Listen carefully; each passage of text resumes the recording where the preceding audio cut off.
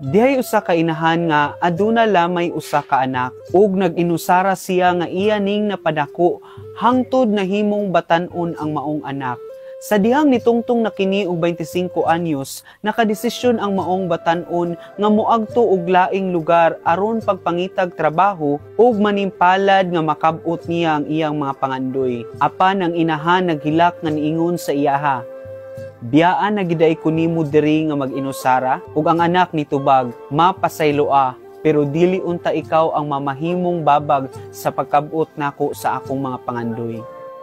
Sa dihang nakalakaw na ang maong batan-on, gikan ato nga mga adlaw kanunay nagapadala ang iyang inahan og sulat aron siya kumustahon. Apan gikan sa iyang paglakaw hangtod sa mga pila ka bulan ng labay, wala gyud nakabalos ang iyang anak og pagpadala og sulat ug pagpangumusta sa iyang inahan. Apan ang inahan